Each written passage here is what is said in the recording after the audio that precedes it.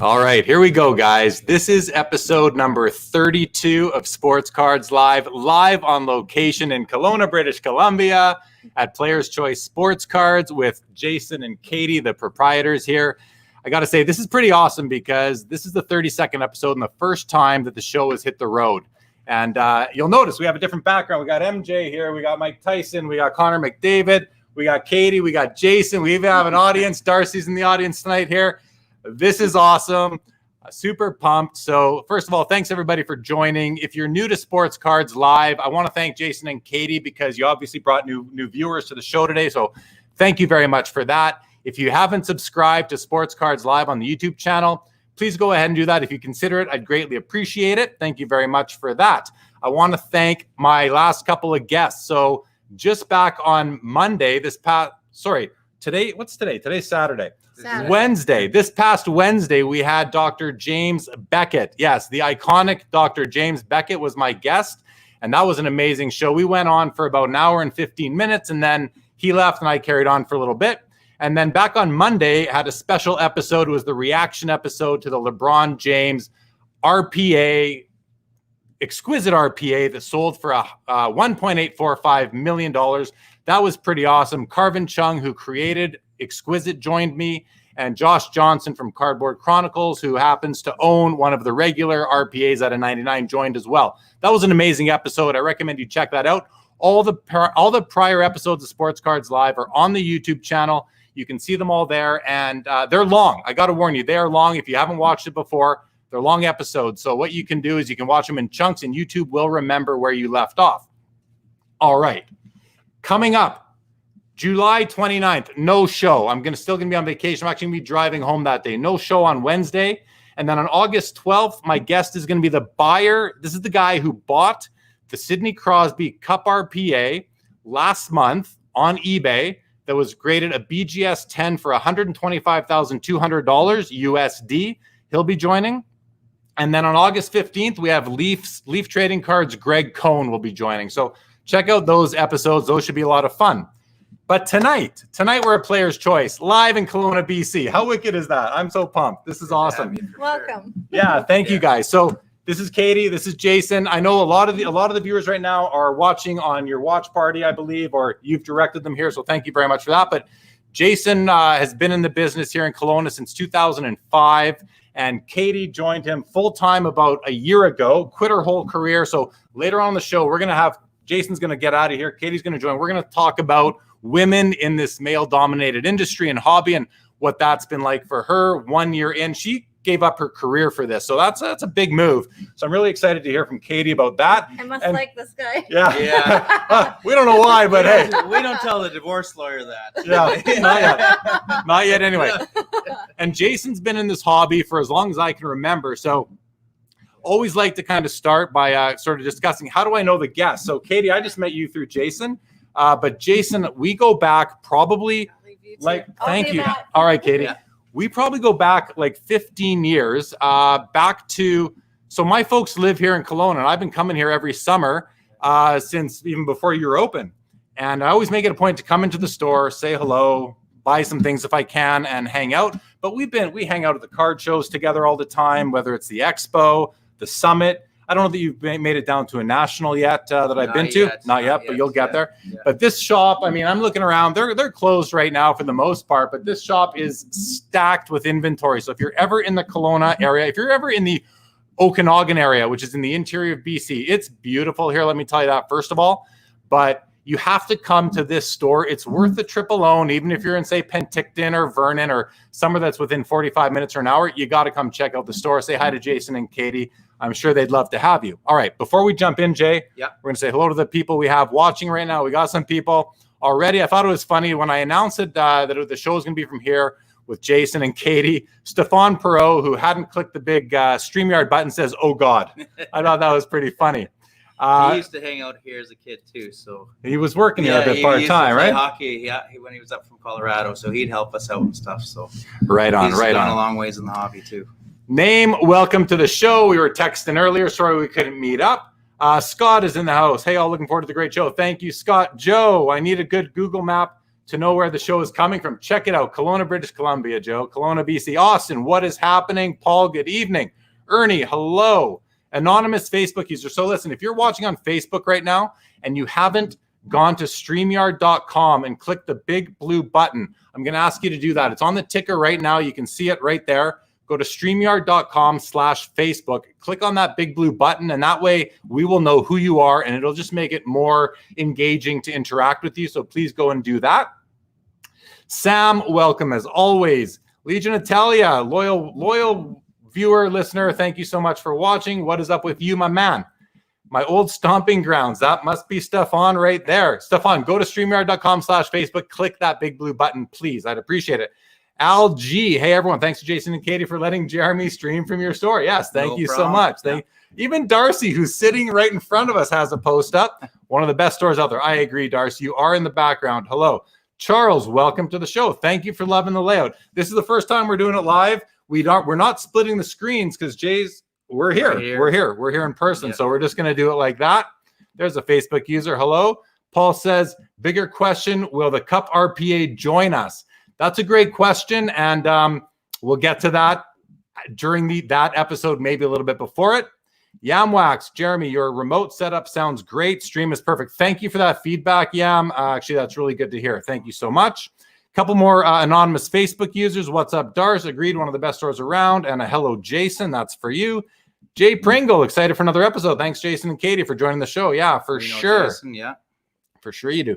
Name says, Jason and Katie are awesome. They've always been so friendly to me and made me feel so welcome since I've arrived in Kelowna. He was in the store today. Yeah, he told me. I tried to meet him, but I couldn't come. We were just down for brunch. Yeah. Ryan says, it's the place to go. And Terry's watching. Terry, good evening to you. All right, Jay, let's jump in. Yep. So kind of talked about how we know each other, but what's your sort of memory? How far do we go back in your mind?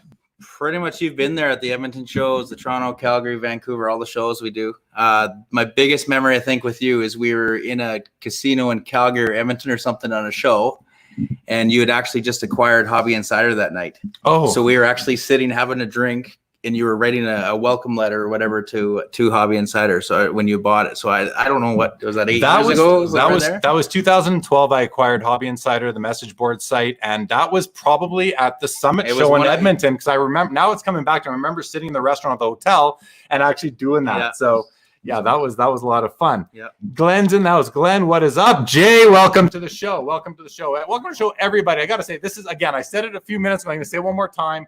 This is a ton of fun. It's kind of, I really feel like we're all, like Sports Cards Live is on the road right now. We're literally on the road. It's hilarious. So thanks everyone. Thank you guys for having the show here. Let's jump in. So the first topic we're going to talk about is we got this pandemic going on. It's changed everybody's lives. And obviously it's had an impact on the hobby. We're seeing so many things going on in the hobby in terms of the value of all cards, basketball, hockey, baseball, football, everything's going pretty nuts. But what I'm curious about specifically to you, Jay, is, how have you adapted to COVID? Because you're not open. You're even blocked off. Like 75% of your store is blocked off. So people come in, all they can do is really see the boxes on the shelf, maybe see some supplies, but they can't wander around the store. And how many square feet is this level, would you say? We're normally about 1,200 square feet, 1,300 square feet. Now we're operating about 300 square feet. So yeah, it's pretty tight. Yeah. So they got about 300 square feet here. But once they're back up and running, you come down here, you're gonna see there's just a ton of stuff in here, guys. So you're going to definitely want to check it out when you have a chance. But so in terms of adapting, you've changed the layout of the store. You've closed a bunch of it off. Yeah. How has it been for you? And what are you doing to kind of pay your rent and try and keep your revenue up? So some people have been super understanding and been awesome. And they wait in line outside and they'll spray their hands or they'll wear a mask or whatever. And then some people are just the absolute so rude and crazy. And we had a guy the other day, we don't do COVID, and he actually wished that our business closed because I wouldn't let him handle cards. He's like, I hope you guys go out of business. So we've seen every extreme. It's pretty crazy. We've if you would have told me 4 months ago that the store was going to be closed for 4 months, I would have thought I'd be looking for a new job. Right. I honestly would have. And so the hobby exploding, cards going crazy money. We started a Facebook. Darcy's a good friend of both of ours. And one night he's like, hey, you got to check out this guy. He's auctioning cards on Facebook. And I'm like, okay. And then the next day, hey, you got to check out this guy. He's auctioning cards on Facebook. I'm like, okay. So I went and looked, and the guy's just sitting there in his living room, just auctioning cards off. I was like, oh, we can do that. It's a good way to talk to customers. And so that took off. We now do an auction show 3 nights a week, Monday, Wednesday, Friday, from 7 to 9 on our Facebook. We get 30 to 60 viewers in there. We've raised over $20,000 for charity. Wow. From it, which is amazing. pretty crazy during this thing. So the charities have been, Katie's amazing when it comes to like our Instagram and Facebook and marketing. So our Facebook blew up. And then we actually got her and Corey worked very hard, and they got our website up to UDA standards. So they named us an heir to sell the wax. What's an heir? An heir is an authorized internet retailer. So you can sell their waxes and boxes and cards online and the packs and stuff. Whereas there's only 12 guys in Canada or something, stores that can do it. Okay. And actually we're going to announce tonight that we just signed the deal to be the UDA for memorabilia. Oh, wow. So this Jordan piece you see behind us, the McDavid's, the Tyson, all that stuff's going to be on our website real quick with prices. And there's only about 6 shops in Canada that are able to do that. So it's pretty big up for us. Yeah. But it's just been, and eBay, of course. Everybody's at home right now. So we've been just getting bombarded. So much of our day or our night consists of doing mail. Have you found that you're listing more cards on eBay to try and generate more revenue? Because you're obviously not getting the walk-in traffic that you're used to. You've always been selling on eBay. I know that, just being a friend of yours. But did you ramp that up? Like, did you go from 1,000 listings to 10,000 listings? Absolutely. We just closed our one account, so we're now a full-time Players Choice Kelowna. But on the TO show account, we were running 6,000 to 10,000 auctions at a time. So wow. It was pretty crazy. Now the Players Choice one, you guys are going to see it ramp up and be big. But between like the website and Facebook and eBay, we keep calling this the warehouse now. So that everybody, I joke, I'm like, oh, we're down at the warehouse because there's packing and boxes and stuff all over, and the store kind of looks like a tornado went off and through it, So it kind of does actually. It does. It's rough, and we're embarrassed. And there's people that come from Alberta and they're used to hanging out with us. I just saw Jay on there. And he hasn't been to the shop for a while, but if he came in, I know he'd look around and go, what is going on in here? But really, as long as people have been good and they wash their hands, they clean the counters, they do whatever, we've been good. Awesome. So you were just kind of designated as an AIR, an authorized internet retail. So that's a big deal. Yeah, absolutely. And I thought it's cool that now you said you also are an authorized representative for Upper Deck Authenticated for UDA. Yeah, Upper Deck Authenticated stuff. Which is these awesome huge pieces, autographed pieces. That's a congratulations. It's a good feather in our cap. That says something that you've kind of elevated your status and the way you're running the business. So in terms of the Facebook auctions that you guys are doing, and actually I'm going to put it up here right now, or we have it up here on the ticker, guys. You can see, follow Jason and Kate on Instagram at Players Choice Sports, Facebook, Players Choice Sports. So that's the name of their Facebook page. That's where you can go if you want to check out these auctions that they run on Mondays, Wednesdays, and Fridays, guys. Check that out. Check out their Facebook group, and if you like it or whatever, you'll be able to see when that's all is happening. So I guess my next question, Jay, though, is I want to really touch on the revenue piece, because you need to pay your rent. You and Katie got to eat. Right? You got bills to pay. I eat well. Yeah, Jay's a good eater. Jay's a good eater, guys. Okay. But are you finding, has your revenue taken a hit overall during COVID, or have you kind of maintained, or have, based on your innovation and, kind of adapting, are you even seeing better? And I don't know the answer to this. I'm wondering. Actually, with everything coming in and all the different revenue streams and stuff, we're increasing in sales, and sales have been better with the industry. And I know we're going to touch a little bit on the auction on those pieces later on, and that's helping drive too. But I know if you guys, the people watching this site, I know everybody that's on here is a card guy or a memorabilia guy. They know what's happening in the market. Like we talked a little bit about it yesterday. There's cards selling for 3, 4, 10 times what you're buying out of a month ago. So, it's absolutely crazy, right? We're all pretty aware of what's going on right now in the hobby. I mean, it seems like every important card has really skyrocketed in value, whether it's doubling or 10x, or we've seen 30x's on some cards along the way. All right, we got a few more people here. Billy, how are you doing? He's asking, are we live here because Jason can't figure out how to use the computer? Well, we were going to meet halfway, Billy, but I thought, I'll just come all the way to Kelowna and do this. This is the best way to do it. Exactly. Yeah. DJ's Gaming, social distancing, boys. Yes, we We're are there. further. We're not even an elbow distance. Stepan is in the room. Stepan, testing the link. LOL, just hit the big blue button. Thank you, brother. Good to see you. Darcy says, thanks for the props, bro. Hey, Darcy, you're welcome. Darcy's right over there. I love it. Bruce Findlay in the house. Welcome, Bruce. Bruce lives on the island. Hello, Hey, boys. Bruce. Nice to see Jason on here. Hi, Bruce. I'm in the background, buddy. Yes, you are. DJs, I wish I was an AIR. Hey, man, something to strive for anybody who isn't yet an AIR. Stepan says, what's your eBay seller name? You might have just saw the ticker. Yes, there you go. It's in the ticker. And Jay says, I'm in town the second week of August. I'll be stopping by, of course. Perfect. Awesome. So business is okay. Let's face it, right? For you guys, you're doing it right. I'm sure not every LCS is kind of maintaining. I wonder what percentage of them are actually thinking outside the box and doing the kind of things that you're doing to make sure that you're not seeing a decline in revenue. Let's face it, that's important in business, right? And we're in a hobby here that we're fortunate enough that people are not, they're not stopping spending their money on cards. It seems like they're spending more money on cards. And this is one of the few industries where I think that's the effect. So you're quite fortunate to be in this business. And the other thing is that your inventory has just gone up in value. So your balance sheet has gotten stronger, and all you've done is cut off 2/3 of your store and spent a little bit more time in front of a camera and on eBay, right? But 16 hours a day still we're putting in. So we got, the kids have been super patient. I got to give the kids prop. I know Maddie's probably watching.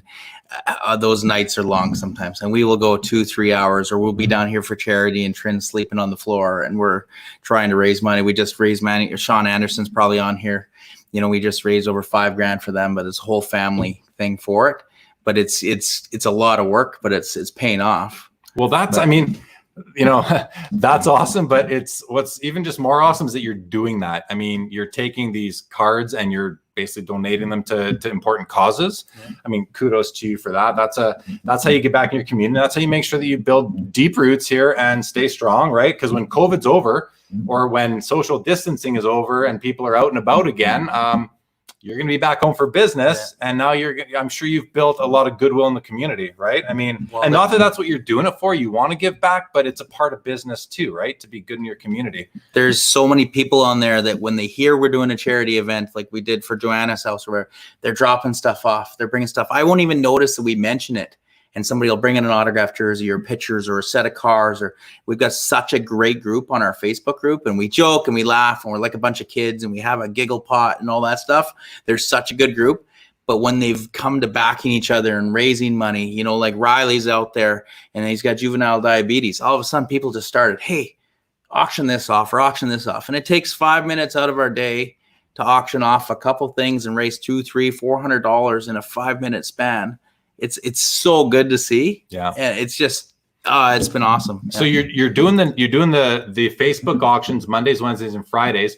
Are you planning to do more of these charity events? And do you do them on a regular Monday, Wednesday, Friday night, or do you do them on a different night? We give up our revenue from the Friday night from the store auctions. We do it Friday night live from here because we can bring stuff in and it's better lighting and stuff like that. You can actually get us on camera. And so we've give up on our revenue on that. And then on Wednesdays, when a new product comes out, like say Ingrained or Stature, whenever a new product comes out, we turn those nights into break nights. Okay. So it's possible, whenever it is, we're always looking. You know what? If you got a family out there or friends or something, you guys, I'm telling you right now, that needs money and needs something to help, come see us, call us, make a call. Sean did not want charity. He's like, hey, I've got a box of cards. I need to sell them. I got to see my 2 premature boys. I mean, what are you going to do? Right. I was like, well, let's sell them all and get you more money than you're getting, and we'll donate it. Like, I didn't want to take that money. Right. We wanted to put stuff in and add to it. And it's really a good thing to see. And it's fun. And our kids have really seen like the good in that. So I'm telling everybody, all your listeners right now, if you guys got somebody you need, don't be embarrassed. If there's a family out there that's been laid off because of COVID, or you're not working, or you can't afford shoes for your kids for basketball or whatever, call us, text us, call Jeremy, and we'll get you the money. We'll help out. That's nice, that's pretty fair. That's a pretty generous that's a offer. pretty fair thing to do, right? There's no eBay fees. There's no this. There's no something. We can do what we can. That's really generous, Jay. Yeah. And on behalf of my viewers and subscribers, thank you, but on behalf of, I won't thank you on behalf of your own customers and the people that watch your show. They're watching it, but they know what you're trying to do here. That's great. Zach has a great question. He wants to know, can you talk about how you accumulate inventory for your store? Did it come from your PC, or did you borrow or raise capital, then buy collection? So I'm just, before I let Jason answer this question, Zach, I have been setting up at the same shows as Jason, going on, 12 to 15 years. And Jason was the guy, and I'm gonna, you can expand on this, but I just want to share this one point. At the end of the shows, and this is going back like 10 years ago, I remember I'd be walking through the card show, and there'd be a table filled with stuff. It wasn't Jason's table. And, an hour later, I'd go back, and the guy's packing up his knapsack and leaving. Like, where's your stuff? He's like, oh, that guy over there from Kelowna bought everything. So Jason is the guy that buys your whole table. He doesn't just come and buy, I'll take that card, that card, that card, and that card. He'll just say, give me a price for everything. I'll take it all. We want it all. We want it all. We've bought, Dean's retired now, but we bought collections everywhere and everything. We've been in basements and storage lockers and sheds, and we've flown into we fly to the Toronto show with our bins, and we ship back. Last time we got 3 skids back. So it's 3 full skids of stuff back. So we're always looking to buy. I'm not going to leave you with your crappy Pro Set and take your Rexy rookies. We'll take it all, but we buy it all. So, it's a great question. I mean, when we started the store, we had our own PCs, which would have been like hardly anything. And now we've got a 10 by 30 full and an upstairs full and this full. I just sold a C-can full of comics. I mean, we buy it all. So if you guys got a collection out there, man, get a hold of us. We like doing that. And if you're a subscriber of Sports Cards Live, before you knew Player's Choice, talk to me first about that collection, and then go to Jay. Jeremy will buy the high-end stuff. I'll buy it too. I buy it too. You buy ball collections. I do all the time. That's the only way to do it. Well, right? it's a great way to. The reason I buy collections is because I love setting up at card shows. I don't do it for a living. I do it as a hobby, but I travel to card shows. I need to cover my expenses, and I love wheeling and dealing at card shows and meeting people, and so much fun. It's the most fun thing in the world. I love it. Like, card show weekends to me are the best weekends there are. If you haven't been to the Toronto show, you gotta go. I mean, say it almost every Dale show puts on a great show in Vancouver. He really does. The Alberta shows are good, but the Toronto show is it's like Christmas, right? You walk in there, you get goosebumps. You look around, you're just like, this is nuts. It's amazing. We took our son this year for his first time, and he was just gobsmacked. Yeah. It was crazy. Yeah. It is awesome. Scott says it's brutal to hear of the customer who is unwilling to abide by the COVID rules. No doubt. And that's not the kind of customer you want. Eli, welcome to the show. Hope you're doing well as well. Who else we got here? Michelangelo says this is one great dude. Yeah, Jason is a great dude, no doubt about it. Ryan from Edmonton says hello, Ryan. Welcome to the show. Hey, Ryan.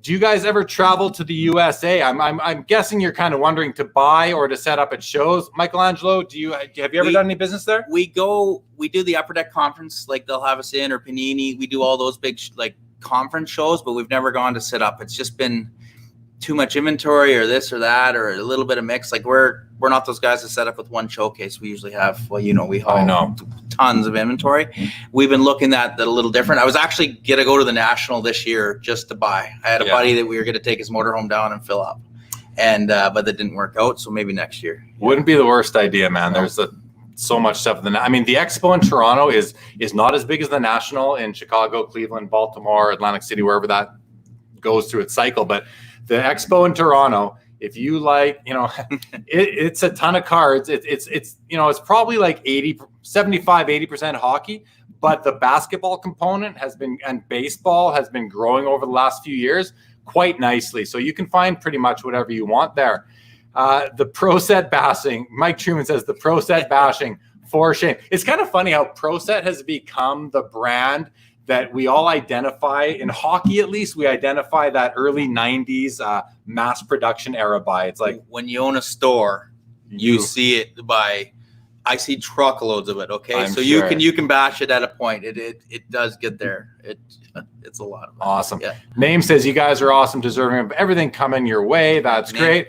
Anonymous Facebook user says, Jason loves buying tables at shows. I know. Yes, I guess we both have some firsthand experience there, seeing him do that. Zach says, great work on all the charity work. You get what you give. Sounds like your store is very successful, and that is a big reason why. I mean, it's certainly going to help them coast through COVID and get past it. And, Kelowna is a pretty awesome community. I mean, what's the population? About 150,000 in Kelowna and West Kelowna We always together? say 200,000 in the summer and 100,000 in the winter, but Yeah. yeah, it's in there. It's crazy. Yeah, it's a 30-minute drive in the summer and a 10-minute drive in the winter. But yeah, it's such a different community. But right on. Steve Elmore, good evening. Welcome to the show.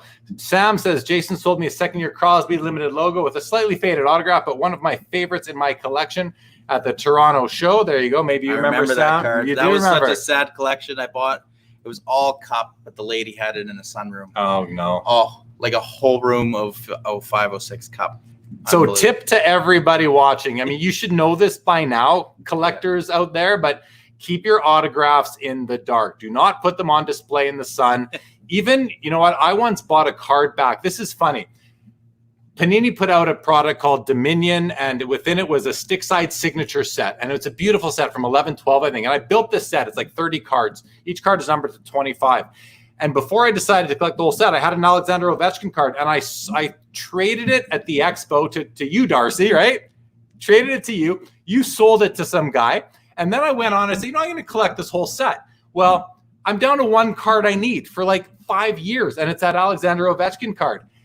What do you know? One day it shows up on eBay, and I go through my records, and it's the same card that I sold to Darcy, or traded to Darcy. Darcy sold at the expo. Anyway, it comes back, and I go and I put it with the rest of my set. And I'm like, this card's like, it's pinkish almost. So whoever had it for all those years must have left it out in the sun on a shelf in their bedroom, who knows where. And the sun actually changed the color of the card itself, slightly, but noticeably. So again, tip to everybody.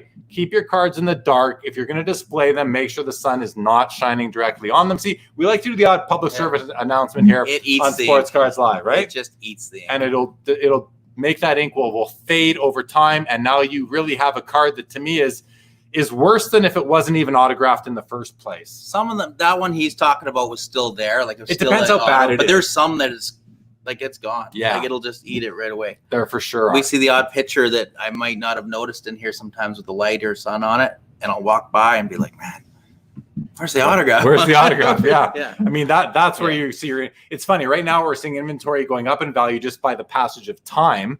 Meanwhile, there's other ways where your inventory can go down. Or you buy a 7980 O-Pee-Chee set, and as you're putting it away, you snap the Gretzky rookie in half and crease it right down the middle. I did that today. Yeah.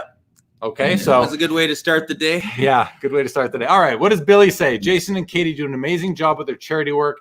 Has he ever thought to sell any of the products I build to help make money? Because I never see him selling my products. So anyone who's watching, and both the viewers of Sports Cards Live and your auction viewers know who Billy is, because Billy is a product manager at Upper Deck. He's a great dude, and he hangs out in your auctions. He's there all the time, trolling everybody, bugging us, having fun. But I feel so bad because I can swear when I put a Leaf card or something up, then Billy tunes in. Yeah. It's like we'll have like all this, the Cup card and Series 1, Series 2, then a Leaf card hits, and then Billy logs in. And it's like, it never fails. We're going to do a night to Billy, you guys. I told you this. We'll put it on the air here. We're going to do a night to Billy. We'll do about 30 auctions, all stuff he built. And he can tell us about the products as we do them. That is a killer idea, man. Night. Did you just decide that? Did you come up with that? We talked about it a little bit before, and he gave us a cheat sheet of what he did, and I keep forgetting. So I think I actually took a screenshot, so I know what products. You know what, Series 1, Series 2 is the best product on the market. I don't care what anybody says. For a hobby point of view, it's affordable. Everybody loves it. And he does Cup too. So can't go wrong with either of those products. Some of the other stuff, I don't know. We always bug him about those orange faced out of Conchers or whatever those. What were those things? Not the platinum portraits. No, the red ones. The red thermal somethings. Oh yeah, I forget what they're called. That's what it is. Yeah, I know the one. Yeah. There were cards from the 90s that looked a lot like those too. Yeah. Jeff wants to say, hey, Jeremy and Jason. Jeremy, yes, Jeff, I am on vacation. My folks live in Kelowna. I've been vacationing here every summer since probably 1998 when they moved out here. So yeah, it's a great place. And that's one of the reasons why I know Jay so well, because I come to this store every summer going on, like I said, since you opened pretty much. Years, yeah, because I'm like most of you guys watching, right? We all have this in common. Whenever we travel, you need a hotel, you need restaurants, and you need a card shop, right? You got to know, where's the card shop? Where are we going to go? Because it's a vacation, but we collectors, we want to go to the card shops. And I found this store pretty quick when I first came here. Steve says, wish I could go to a big show. Steve, Make it happen one way or another. Make it happen if you can. Yeah, it is awesome, Sam, that he remembers that deal with you for sure. Scott's like, you did what to a Gretzky rookie card? Yeah, that's show them your fingers. He's got fat fingers. You know. It was in the box. I bought it outside on the tailgate, social distancing. There was customers in here, so I didn't want to have too many people in here. And I bought the card today. And as I was talking to the guy, the card slid down as I closed the box, and it was in like an old yellow top loader. Like and it broke right in half, and I heard this crack. And I'm like, what is that? And I opened the box, and the Gretzky is folded right around the edge. It's the Gretzky. So it went from a 6 to a 2. So 6 to a 1.5, maybe. Yeah. Still a KSA. Still a Gretzky rookie. It's still a KSA. Okay, come on now. Sorry if KSA is smart. I like to say there's really no rules for this show. The rules are we don't bash anybody. And I'm not saying we don't bash. We're nice to everybody. That's the game. We try not to swear. Jay promised me he was going to do his best not to swear tonight. That's the hard one. That's a hard one for him. Yeah. But you're doing great otherwise so far, man. Thank you so much. All right. Jay Servianto says, went to Kelowna for biking at Myra Canyon. If I had known about your store, I would have stopped by. Well, that's great. That's what the show is good. Now you do. Thermal Threats. That was the name of the card. Those are ugly. DJ's Gaming says that MJ auto looks a little faded. I can tell you right now. Sharp and black. It is bold as can be. That autograph is in perfect condition. And Steve also says, I have to get more into hockey. Been mostly a baseball, football, basketball fan and a little soccer. Yeah, Steve, I mean, I'm a hockey first and foremost.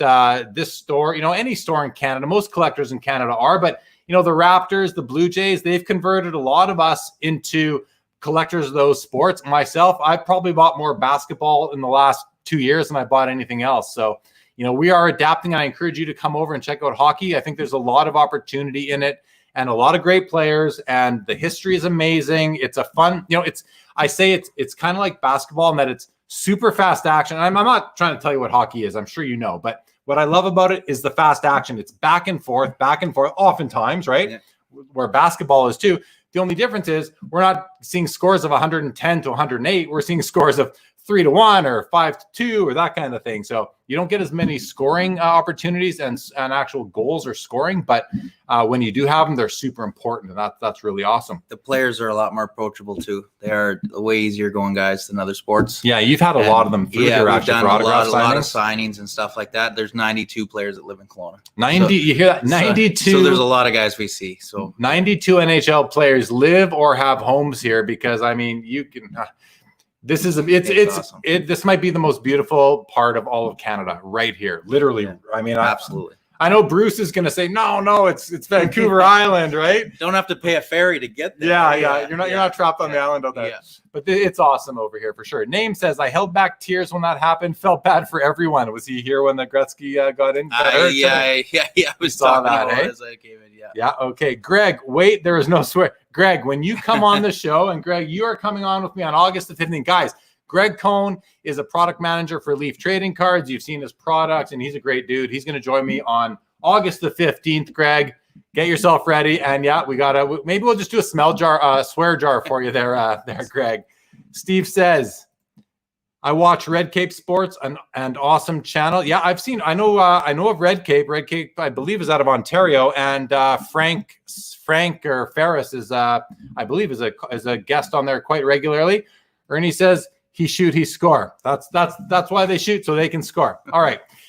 Thank you, everybody, for the comments and the questions. Awesome stuff. That's the way this show runs. So, Jay, I wanted to touch on, and that might be it right there. So you guys were honored with an award from Upper Deck not too long ago. Absolutely. And it's called the Steve James. Is that it right there? This is Katie's. Mine might have hit the floor. So you guys each got one of these. We each got one of these. Yeah, you can look. They're pretty nice. So this is an award that Player's Choice was awarded, and they're personalized. It actually says to Katie, and I guess yours said to Jason. Yeah. It's for tireless efforts in engaging customers with interactive programs and improving the hobby for future generations. Like, that's killer, man. That's pretty awesome. Congratulations to both of you. North America wide from Upper Deck. And only one recipient of this each year? One per year. We were in Orlando, and it was funny because Chris, I don't know if Carlin's on here or not, but he was telling the story. Like, they get up and they talk about it, and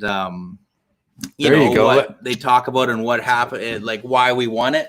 And he's like, and these people took 29 people to the All-Star game. And I said to Katie, I'm like, who took our idea? We took 20 people to the draft. And so I was choked. So I was sitting there, and then he starts talking again. I'm like, man, this sounds not like us. And then it was us. So he misspoke. He said the All-Star game, but it was, we had run a golden ticket promo last year for the draft, and we took 20 customers to the draft. Because the draft was in Vancouver. So we had grab bags and people and special time with Stanley Cup and meet and greet with Quinn Hughes. And it was super fun, but it was just like, I've been trying to win that award for so many years, ever since they've been honoring it. And then I thought we were so close, and I thought somebody stole it from us. And I was just like, I'm so great. And then he kept talking, like, oh, maybe that is us. And it was. So you had no idea this award was coming. No, they just pounced it on you. Yeah. And that's pretty wicked. I mean, I'll tell you, like, since I started doing this show, which was middle of April, I've noticed so much more online content. And when I saw what you were doing with the auctions, and I think I was watching the first couple, maybe I missed the first and second, but I was in there watching maybe the third time you did it. I thought to myself, wow, what a great idea. Because again, back to the first topic we had, you're not open, but you're finding a way to still bring in revenue, which you need to run your business and to pay your mortgage and all that kind of stuff. So to keep customers meet and greet and interactive. That's it too, right? Contests and promos and prizes. You never know what we're just about to announce. A big autograph out of Stature got pulled. We're going to be doing a promo for our Twitter feed, our YouTube.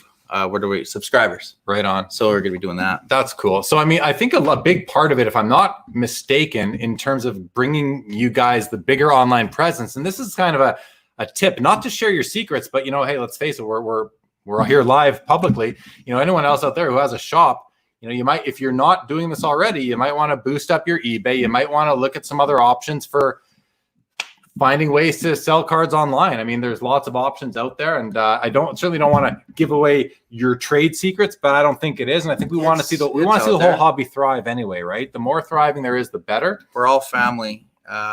When we go to these shows, and especially like the UDA conference, and like Billy and Diane, like everybody out there, we always I see those guys more than I see my family. Like I see you more than I see, like, you know what I mean? So like, I hate missing these shows, and I'm so bitter when the expo gets canceled and this, because it is, like Kenny Durr and I, like, we might not talk very often throughout the year, but when we're at those shows, like, you hang out, you have dinner, drinks, whatever, it's like you catch up. And even when you're just walking the aisles looking for cards, you see everybody, you're stopping having conversations. I say it almost every episode. If you're not someone who comes to the card shows, you got to start coming to the card shows, because the card shows are awesome, and they're a great place to really create and nurture and strengthen relationships and really make friends. I know I'm like a broken record. I talk about it all the time, but it's true. Like, several of my closest friends are through the hobby. And when I look at my friends on Facebook, I actually created a subgroup,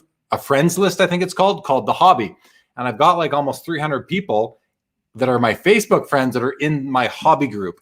Yeah. And so it's like, that's a lot of people. It's a lot of people. And that's just people I know through the hobby, friends and acquaintances, and people that I maybe don't even know, but have friended me, or I've friended them along the way. So, well, at the expo, it probably takes you, like me, it takes you like a half an hour to walk to the bathroom. Because everybody's, oh, I got this, or buy my booth, or talk to this or that.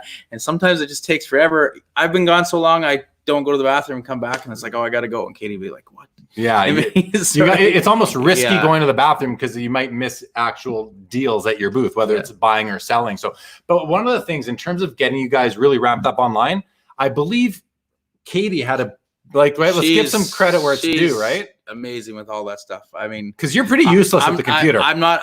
You know what? I've been selling on eBay since like '97. I figured out the old dial-up, the old scanner stuff. Right.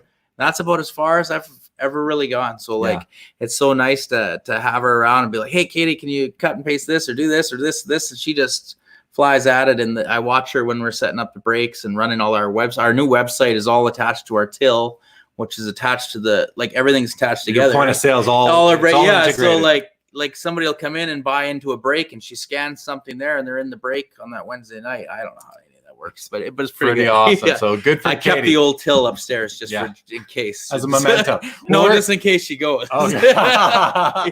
Well, we're gonna swap out Jason for Katie shortly, and we're gonna talk to Katie about like being a woman in this male-dominated industry. She's got a lot of good things to talk about there. Katie, pressure's on. No, just kidding. I see you taking some notes. So that's great to see. Let's see what else we have for comments, guys. Yeah, Frank is a cool guy. Steve, that's great. Red Cape is out of Windsor. Awesome, great guys. Wicked, wicked. Steve says, Jeremy, check out Sports Card Investigator, awesome guy and channel. He was a former DEA agent. So I am familiar with Sports Card Investigator. That's another YouTube channel. I do consume as much YouTube content, like hobby content, as I can. I want to see what everyone else is up to. And there's so much good stuff. There's so much interesting stuff out there. I got my favorites. If you go to the main channel for Sports Cards Live, you'll see on the right-hand side, I've actually got my favorite YouTube channels are named right there. And if you're someone who I don't have named there, but we communicate, let me know and I'll throw you in there, because I just I haven't updated in a little while. But there's so much good stuff out there right now, especially with the state of the world and not getting out. And let's face it, well, there's very little live sports now. There's been none for the longest time. A lot of our favorite TV shows haven't created new seasons. So if you're looking for stuff to watch to kill time, or to Netflix and chill, I'd say hobby content and chill. That's a new thing to do. So check that out for sure. Ryan says, I hear there's a sweet card for that YouTube page contest.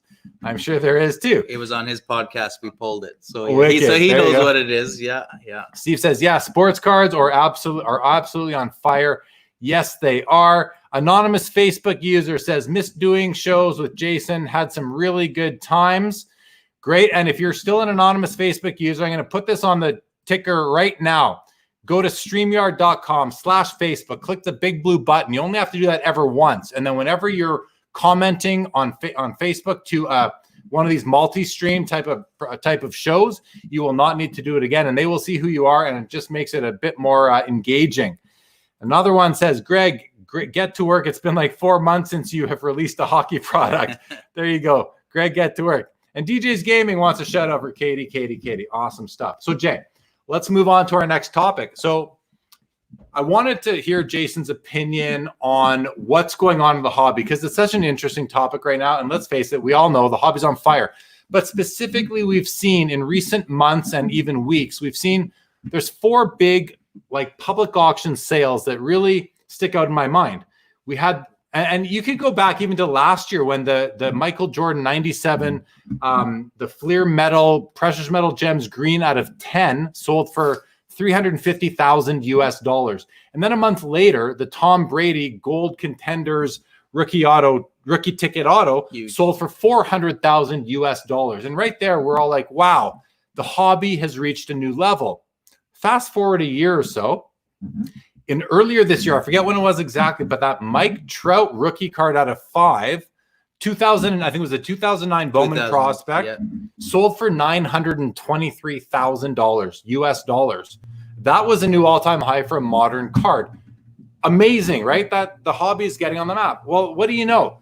Literally, just last weekend, and we had the special episode on Sports Cards Live on Monday, the LeBron James rookie patch auto gold out of 23 from 2003 exquisite hard signed auto with a piece of a piece of player worn memorabilia, a 3-color swatch, sold for $1.845 million. And to a lesser extent, but still important, just last month, in June, we had 2 big hockey cards sell. We had the BGS 10 Sidney Crosby from the Cup, numbered to 99, 1-color patch, but a BGS 10 sold for $125,200. And within a week of that, I think it was a few days earlier, the Connor McDavid Cup rookie patch auto, numbered 97 of 99, so his jersey numbered. I forget the grade. Do you remember? I think it was a 9 or a 9.5. I think it was a 9. BGS 9 or 9.5. So I know there's a big difference there, but whichever it was, 97 of 99. Yeah. that card, and I don't remember the exact price, it was like $130,000, maybe even a bit more. 100, one something. It was in the as soon as it's over 100, you're like, the player better deliver it to me for that. Right. Price. That's That's what I was like. Right. I pay for a lot of signings and we do lots with players and stuff. It's like, bring me that card. Bring me that card. Yeah. So we've had all these sales that I just listed off to the audience, guys, and really, And if you watch the episode I did on Monday, which was the reaction episode with Carvin Chung and Josh Johnson, I actually showed on the screen the Today Show. The ladies on the Today Show talked about the sale of this LeBron James card. Now, they're broadcasting to millions of people, tens of millions of people, and they're doing that, daytime TV. So I'm not trying to stereotype, but let's face it, a lot of women watch the Today Show. And that was the audience that saw this. And they're going to talk to their kids, their husbands, their sons, their friends, and say, hey, I saw this basketball card sold for $1.8 million. Doesn't your husband have that? Let's face it, there aren't as many women in the hobby, and we're going to get to that specifically today. So the timing is right. But the fact that the Today Show talked about it, it's putting our hobby under the spotlight, and that's awesome. So the point of all this lead up, Jay, is that I believe there's a trickle-down effect of these big auctions, and we're seeing it with other cards' values going up and sale prices going up. I want to know how are you are you seeing the same thing I'm seeing, and what's your perception of all this and your perception on the business of these mega sales that we've seen? If I had $1 every time I said crazy in a day, it's nuts. It is absolutely on fire. It's crazy. I always go back to the Gretzky 10 that sold for what, $480 or whatever. $461,000. Yeah, whatever. So that's a long time ago already. But I always go back to that to show, because the day that happened, my phone lit up, my Facebook lit up. Hey, I've got Gretzky. It's a $500,000. And people, friends, and no offense if I got any friends watching or family or non-card people, but there's a big difference between graded and raw. Yeah. But they don't understand that. And so fast forward to this new stuff, it's going crazy. And the LeBron sells for that. I get a text in the morning from my mom. Hey, I know you got a lot of cards down there. You got this one. It's like, no, Mom, sorry, I wish we had that one, but we don't. But it is really important to stores like us and people in the hobby, because not everybody can afford 180 or 1.8 million. Not everybody can afford $144,000. Not everybody can even afford a $20,000 card. Not everybody can afford $1,000 card. Exactly. Or a $500. But you said perfect. Like the trickle down effect of the people that are like, oh, I want a Connor card, but I can't afford $100,000. You know how many $20, $30, $80 Connors we sold after that?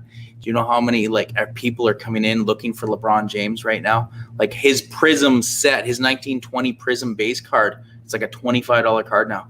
We were selling those sets for $20 pre-COVID. Like for the whole set. Like the base cards, the Tom Brady's, that stuff, it's really put into effect, like the higher end stuff. I know a lot of you guys are probably hockey guys, so we don't really have that in the market. Like you'll see a Cup Gretzky base card go for $40 or $60 or whatever, but you just don't see what's happening with the other sports. But you're pulling all your Kobe's, you're pulling all your Brady's, so it's making it better for everybody else, because everybody all of a sudden's got value in their hobby. They can trade it. They don't have to go chase it as hard. And it gives you dreams. I mean, I just pulled Jason Dominguez refractor rookie auto out of Bowman. And I mean, that card's a pretty big card. I got it graded 9.5. I think I'm going to hold it, because I mean, in 10 years, if he turns out being like Trout or something like that, it could be $100,000 or $200,000 or whatever. I mean, that's a big jump. So it's really helped us all out. Like I know there's some super bitter people, and you and I talked about yesterday. We try to keep the hobby positive and what we want people to see. So it's like, just keep looking at the positive. There's people with that money and they're buying it. Don't be jealous. Just go buy something that you can afford and get into it. I always say they're like used cars. Yeah. Like really, like you can't afford that Gretzky 9. I just sold my share of Gretzky 9. I got a Gretzky 8.5. I just got a ridiculous offer on it. I might sell it and end up with a 7. Like it's, you just stick with what you can afford and what you can enjoy. But the trickle down effect and the people in it and the marketing and the people, and you see it everywhere. You see it on Sportsnet or whatever. They'll be talking about a hockey card. It's free advertising. It's free marketing. Use it. All the store owners, I know Ray's on there and stuff now, like advertise that Brady went out there and the LeBron, even if you don't sell football and basketball cards. Right. And we're seeing it across like all the sports too. You mentioned hockey, but we do have basketball viewers, we got baseball, football viewers, and we're seeing it across all the sports. Do you feel like we're seeing it on the superstars alone, or are we seeing it across all players to an extent? Like, has everything gone up in value? everything. Hey? The problem I don't like with what it's causing is almost everybody's selling the future now. Like, you used to be able to get in and buy a young gun for $5 and hope it went to 50 or 100 or whatever. But now everybody's like, oh, that young gun could be $50. Like Jack Hughes started at like 125. Now he's at $40 or something. That happens every year with you. So it does, yeah. So it'll level out. I mean, it's nuts that McDavid's selling like what, $1,200 for 9.5s right now. Yeah, I mean, we were selling. Yeah, we were selling for $500. Right. Not 3 months ago. Not too long ago, a PSA 10 McDavid Young Gun was a $500 card. Yeah. Now it's like a $1,200 card. And a lot of people were like, I'm going to wait for it to come down.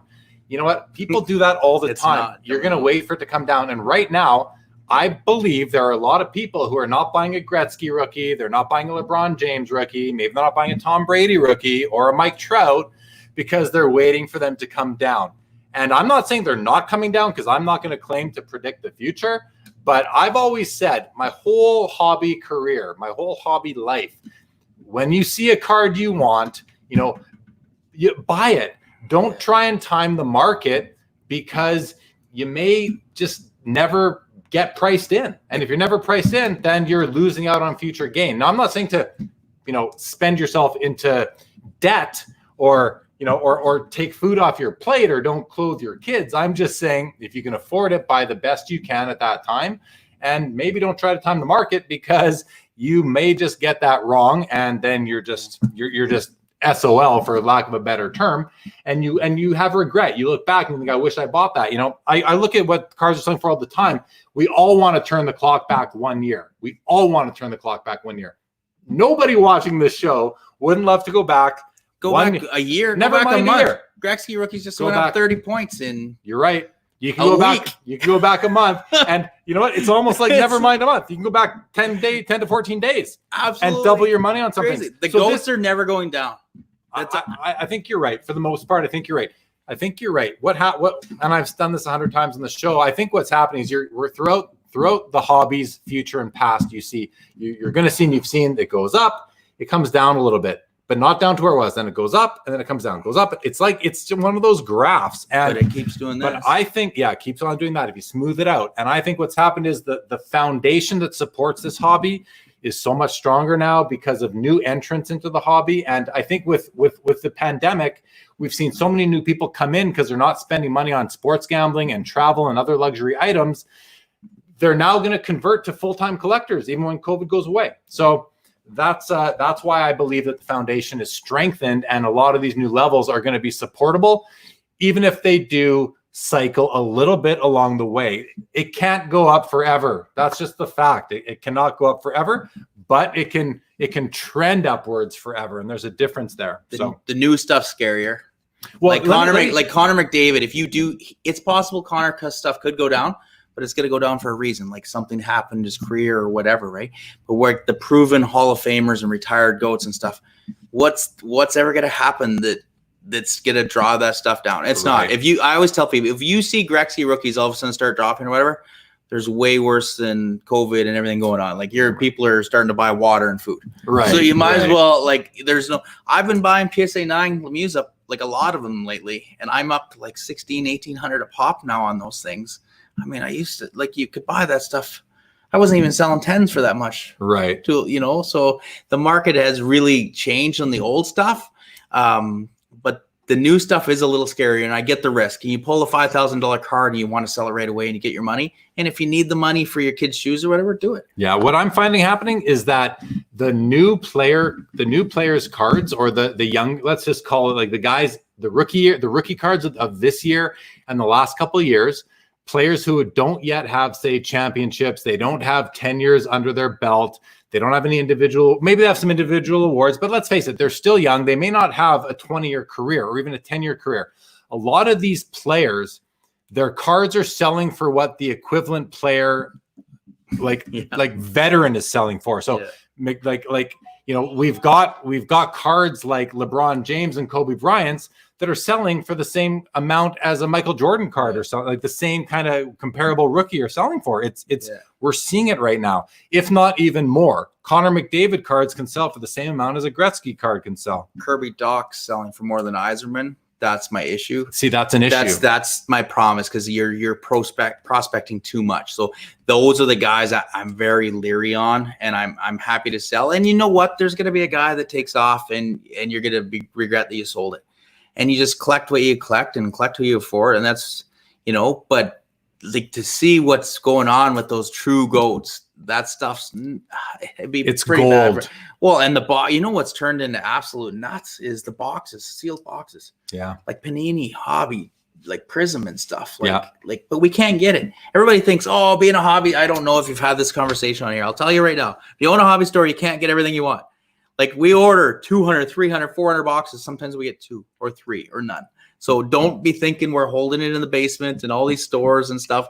It's just not true. They don't make it. We order more than what comes into Canada, and I know Wayne's does and Moe's, and everybody big store orders that, and then you just get what you're allowed. You get what you're allocated, right? Yeah. And my understanding is that getting Panini basketball products into Canada right now is next to impossible. They're just not shipping it, and we're not talking about that in detail tonight, but I've seen some talk about that on Twitter and so forth. So, all right, let's see some more comments here from the viewers. Greg says Lumber Kings Vibrance, which I haven't heard of yet, and Pearl Hockey are coming. Young Stefan was the one who said earlier, Greg, we need more hockey products. So Greg from Leaf, who will be my guest on August the 15th, is telling us what is coming out. Greg, we look forward to seeing those products. Scott says, I was questioning my 100 Patrick Waugh stature purchase. 6 figures blows my mind, right? I mean, that's the thing. We all come from different places, right? We all have our own unique personal situation. We can't all afford everything. When you see a card sell for $1.8 million, I mean, it blows my mind. I mean, $1.8 million, am I going to make that amount of money in my lifetime? I mean, hopefully, who knows? Time will tell. But it's just ridiculous to think about these prices that are being paid for cards, and especially if you come from a place where putting out $100 is significant, and that's most people. So, you know, I totally get it. But Scott, I mean, I got to think, and speaking to you directly, talking about the $100 card, like, does it not make you feel sort of good that you can buy cards for so cheap too? Cards that you love. I mean, yeah. I think so. Anonymous Facebook user says, come on, Jason, tell everyone how awesome of a kid I was. Pump up my tires. That's Stefan. Stefan, you know what, man? See. Go press that big blue button, or we're not talking. We're not talking to you anymore tonight, brother. Go. And the funny thing is, he was an early guest on this show. He was one of my first. That's who I was gonna guess was bugging Greg. That's who I would have guessed. Yeah, I think it was. He's a big Leaf guy. So. Paul C says, collect what you like. That way, if it goes to 0, it's not as painful. That is very true. Golden rule. True. Listen to what Paul says, guys. That's the golden rule. Collect what you like, and if it goes to 0, you don't really. I mean, you might care, but you're still going to enjoy having it. And that's the one thing. Like, I don't, when I see a card that I want to buy, or when it comes in my mail day and I look at it, like, those endorphins start moving, and I just get happy. It's weird. I'm sure a lot of you fellow collectors out there know what I'm talking about. Yeah. And it's not because I feel it's not because of the dollar value. It's because I love the looks of this thing. And I like the player. I think it's a good player. I just, it just makes you happy. Yam says, as a basketball collector, these hockey card prices seem very reasonable in comparison. Totally. And that's why I said earlier, Jay, right? Yeah. There's opportunity in hockey. And that's why this show, I know for a fact, I hear it all the time from collectors, like, hey, ever since I started watching your show, I'm collecting some hockey. Well, I think they're noticing that there is potential. I want to hear from you, though, Jay. Are you noticing at all your local collectors or tourist collectors that are not say hockey collectors actually coming in and now looking for more hockey? Because they come in looking for Prism or Select or whatever. I don't have it, and then they check what's on the hockey shelf. And being an error, we've got almost every hockey product there in stock. So guy came in today, saw Prism basketball hobby, didn't want to pay that much, bought some stature and engraved.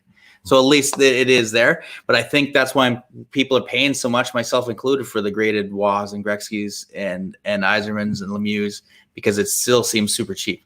You can still buy a 9 Lemieux cheaper than a Bol just had one game. And then all of a sudden, I mean, his card, I've got 20 Prism rookies sitting in a $3 box somewhere at home. So, right. I mean, and all of a sudden he just blows up overnight. So blows up, and he's selling for, who did you say, Steve Yzerman? Or he's selling for more than a Hall of Famer with 3 Stanley Cups. It just drives you nuts. Yeah, it's pretty crazy what's going on out there. But what that means is that there's opportunity, right? Oh, for sure. There's opportunity, and if you're somewhat savvy, you're going to spot these opportunities and you're going to start to buy up some cards that you think have future growth value. If you're looking for that, if that's the kind of collector you are, if you just collect what you like and you're not worrying about future value, well then, hey, back out. You don't need to go for that kind of stuff.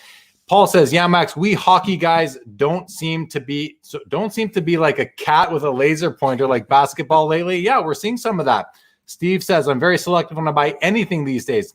Why not be? Stefan says, Zion Williamson is sick now. Same with Derek Rose. Yeah, that's the thing. Players get injured all the time, right? Yeah. They get sick. They get COVID. I mean, it's tough to say. He's ripped though. Have you seen him? Like he looks really good. His Zion stuff, looks good. I'm sitting on a lot of graded Zion right now. I'm just excited but torn. Well, Do you hold? Do you sell? Well, that reminds me of a question. So thanks for saying that. We're going to finish these comments and I'm going to ask you that question. Scott says, I am happy to still be able to purchase my Patrick Waugh inserts and parallels, but it is just the fact that I can't fathom that amount of money to have to spend, right? I mean, who can go shopping on a shopping spree with just shy of $2 million?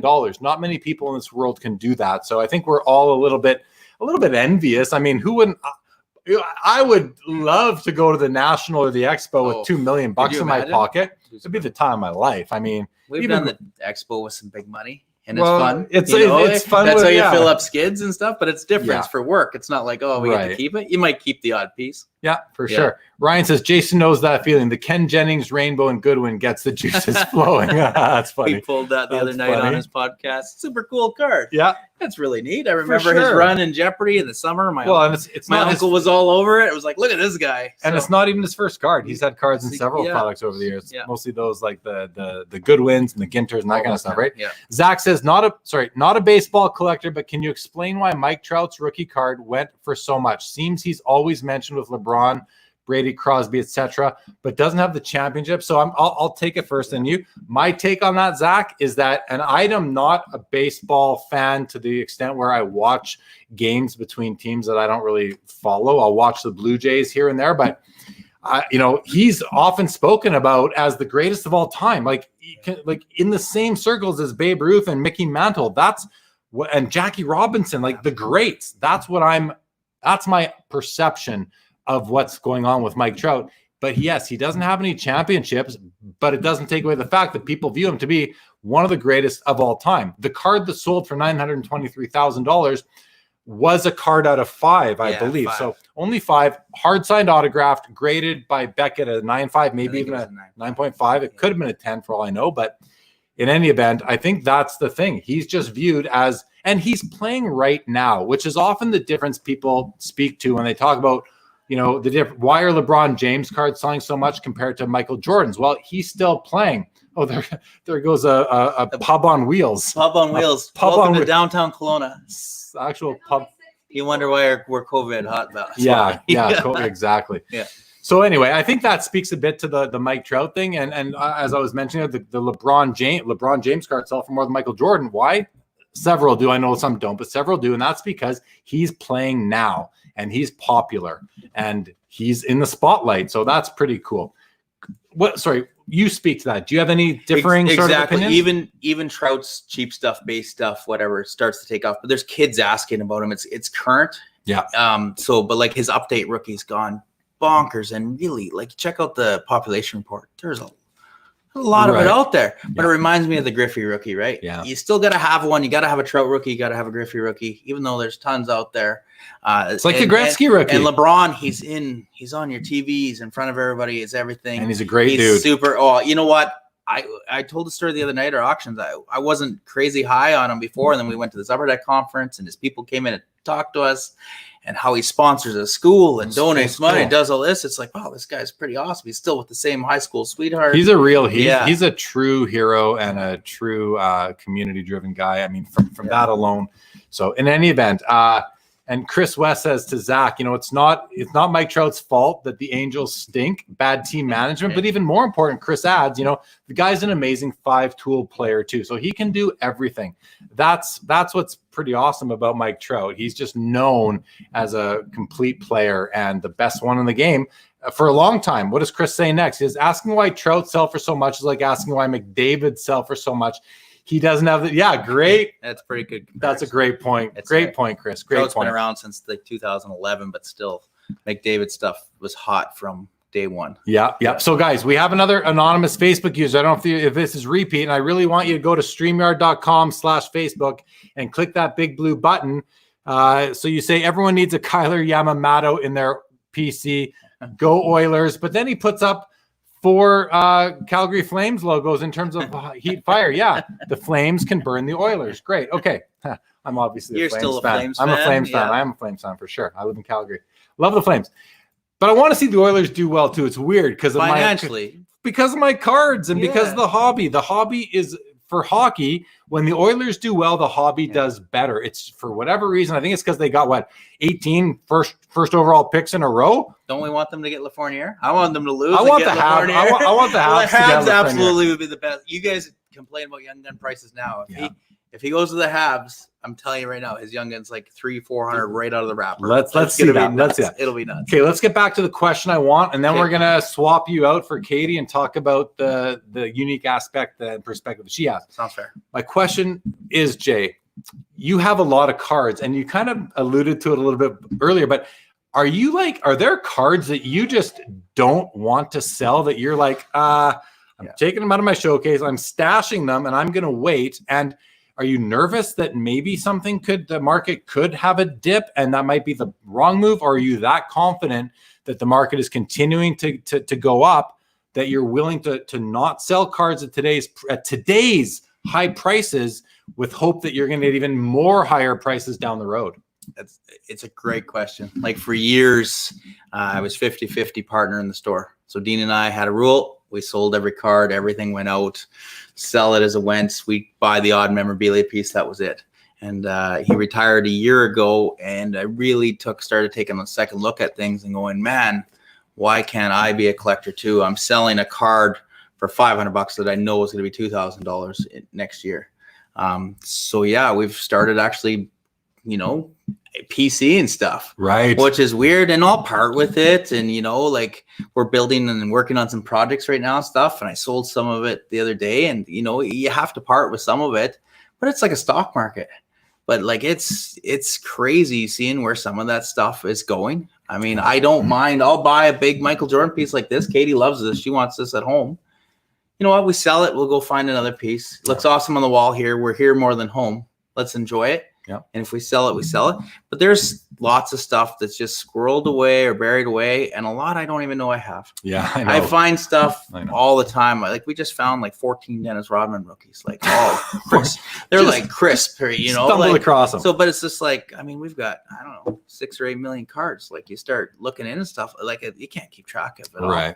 So yeah, but it's a good question. There is definitely some stuff, and I'm starting to do it more and more. Well, you mentioned it's like a stock market, and I say to myself, with the stock market, it's so you can really draw the parallels to the hobby. The great cards, hold on to them for a long time because they're, like Jay said earlier, they're only going to go up in value. The cards that are not of proven players could potentially go down in value. That goes for your bull. Right? It goes for even Zion, although I say that very hesitantly because I do believe he's the real deal. But, Kirby Doc in hockey, like the guy's done nothing, but he's one of the better overall pick and third overall pick and one of the better rookies of the class in a weaker class, or where the best rookies in the class are defensemen, which doesn't help either. I know Billy can speak to that. So Billy says right here, I have it up. Alexis to the Habs. Yes, please. Yeah, Billy would be happy with that for sure. And Scott, who's a Habs collector, says, I hate when a hot rookie goes either Montreal or Colorado, as it makes them more expensive in group breaks. For sure. I just want to touch base on holding. About 10, 12 years ago, we were at a show, and I helped a buddy acquire a Gordie Howe rookie, PSA 7. Oh, $3,000. $3,000. And I was like, are you sure? You want to spend that? That's lots of money. Like we'll find you one. No, I really want to spend it. He ended up selling it when it was $10,000 or something. Right. But like that just shows you how wrong you can be, even though we're professionals and do this every day. Stuff, if you want to buy it and you have the money, just buy it. Just buy. Well, I've said it on the show several times. Your viewers will know this. I've said and I've done it myself. I overpay for cards at times. I do it, and I do it happily because I've had the experience where years go by and I've maybe I overpay a card. I did my Mickey Mantle 1951 PSA 6 rookie. I bought that card.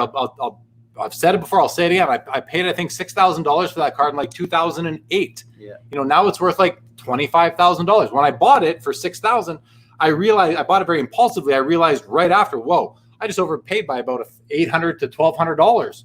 Why did I do that? It's kind of like, I got this card, I'll put it away. A few years later, I go look again. Well, now it's worth $12,000. And now several years later, it's worth four times what I paid. So I've now learned the lesson. Rare cards of important players, overpay if you have to, especially on a card like a PSA 7 Gordie Howe rookie where the population's so thin. It was extreme overpaying at the time, I imagine. But it was one of the best buys of his life. Now a 6 is what, 14,000. Yeah. Now it's one of the best buys of his life, right? Yeah. So we do see it all the time, and I do that, and we'll hold. And like I say, especially now more that I've been buying stuff for myself to hold, I look at, like, as soon as you buy one online, the next price goes up and the next price goes up. So if you're willing to buy them all, I mean, we all probably play the ComC game. Sometimes I'll go buy 100 or 200 of the same card. It raised the market. We got extremely lucky. Nylander, 16, 17. Yeah. Bought like every one off ComC before the Expo. And guess what? Everybody was looking for Nylander at the Expo because he was hot. But smart. So it's a weird stock. It's still a small stock market, right? Very smart. That's what makes me wonder what's happened to basketball, because it's going pretty nuts. All we can do now is watch the basketball market and all the markets that matter. But let's just keep our eyes on them, see what happens. And I don't want to see things go down. Obviously, none of us want to see a big dip, but a level off, I think, would be healthy at some point, and then really position the hobby for 2 or 3 years down the road to see another big upswing, because that's kind of what's been happening for the past decade or so. So if it's my perception, if it stopped or leveled, would you be like me? Would you just start hammering and buying everything? I'd be buying stuff that I believe has opportunity as an investment. But for my personal collection, for my PC, I only want one of every card that I want. So, but for investment purposes, I'd be buying up some stuff. So there's lots of guys like us. I know you got lots of viewers. We know lots of them. That's why, is the market ever going to soften or going down when we're prepared to buy? It's like not if McDavid Young Gun 9.5s ever get down to $800 or something again now.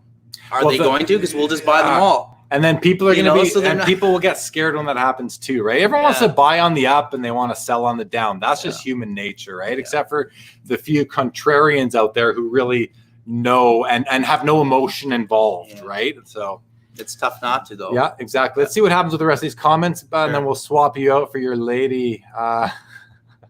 Okay. Where was I here? Sorry, guys. Just going to find where we left off on comments, and then we're going to bring Katie in. I know you're all waiting to meet and see Katie. If you haven't met her yet, she's waiting very patiently. So, okay, here we are. Brian in the house. Welcome to the show, Brian. Chris says his problem is he is known as being an American. Oh, I think that's a comment about Brett Hull that came up earlier in the chat. And Facebook user says, big fan of both you guys. Who are you, Facebook user? I don't know who you are. So go look at the ticker, please. Right there. Stefan again. Might be Stefan. It says, go to StreamYard.com/Facebook and click the big blue button, please. That way we can engage with you a little bit better. I'd really appreciate that. Guys, thank you for tuning in to Sports Cards Live. This is the 32nd episode since April that we've done here. And I want to thank Players Choice for having us here live on location. I've never got to say that before. It's live on location. I want to thank Jason and Katie for hosting the show tonight and being my guests in their store on my show. That's pretty cool. Thanks for having us in our store. Yeah, you're welcome. You're welcome. You're welcome. You're welcome. Yeah. And I want to also, anyone who's watching, if you're new to the show, all the old episodes live on the YouTube channel. They are long, so bite them off in chunks. YouTube will remember where you were. If you haven't subscribed to the Sports Cards Live YouTube channel, please, I would greatly appreciate if you consider doing so. And I'll also let you know that Players Choice Sports here in Kelowna, they're launching their own YouTube channel. It's already out there, but they're going to start ramping that up. Katie's going to start ramping that up even more because Jason probably doesn't know how to. So go check out Players Choice Sports on YouTube. Give their channel a subscription and their Facebook group as well. I'm going to bring that back up into the ticker right now. All the information you need to find Players Choice on the various social network channels. All right. You're done. Switch with Katie. Awesome. All right, man. I'll come back and say goodbye. Lean this way so we're not social so we're still social distancing somewhat. Anonymous user type. Yeah. I don't know how to do that. All right, and welcome. We're so happy. Welcome, Katie. I know, thank you. Welcome to Sports Cards Live. Are you my first female guest? I think you probably are. This is landmark stuff here right now. I feel honored to be here, so thank you. Well, and there's, you know what, I think sometimes the assumption is, well, it is a very male dominant industry. Many male collectors. I remember as a kid going to shops near Toronto with my dad and with my brother, as he was a big he still is, big baseball card collector. But yeah, there's just hasn't been as many females in the industry. It's oftentimes more the joke of like, don't tell my wife you saw me here, right. Or throw out the receipt so she doesn't find it in my pocket. So that's been more, and even that was when I was a kid. It was kind of like, don't tell your mom we went to the card shop, tongue in cheek, because obviously she knew where we were. But yeah, it's kind of been like that. But we've seen more and more women, whether in the shops, because there's quite a few women store owners, but then also it's women who are collecting. It's the moms that are coming into the shops buying for their husbands, for boyfriends, for their kids. So there are a lot of females here. It's just been very male dominant. For sure, it has to be the first female on your show, thank you. That is really cool. One of my viewers in an episode, a couple episodes ago, they actually said you should bring on a female collector. And I reached out to one of my favorites, and we couldn't make that work out yet. Hopefully later. So it's nice to actually, have you on as someone who has been out collecting with your dad as a young girl. Yep. But now runs a card shop. Let's face it, Jay doesn't run the shop. Let's face it. I'm kidding. I kid. I kid. Still hear you. Yeah. He's still in the room. I kid. It's really a team effort. I'm sure. I know. Yeah, I'm sure you'll joke about that and lots. We bring different things to the table. I was thinking, because you're about to ask me this question of how are you treated by men, or how, like, when, or how, what's the reaction? So even this week I got a phone call and it was, I need to talk to Jason. Like, it just has to be him. And so I took the message and got him to call back. And it definitely was a question that I could have easily answered. And I think Jason, because we kind of banter about it too. He's like, oh, if I had known that was kind of how he acted on the phone, I probably would have got you to call him back and give him the answer. Be like, oh, I just have to check with my professional, Katie. But honestly, there are some things that I don't know about the industry, but I'm comfortable with that. I know that there's things that I need to ask Jason, not because he's a man, but because he's been in the industry for 16 years and I am newer to it. And I don't have a photographic memory like he does. I don't know all the guys on every single team. Right. I don't necessarily know all the prices or remember what he said, but I don't have that same memory. So it's more of a skill just as a person that I don't have. And right? You'll gain that. And I don't know that Jay, if you do have a photographic memory, forgive me. I don't know if it's a photographic memory as much as it's repetition. We see it.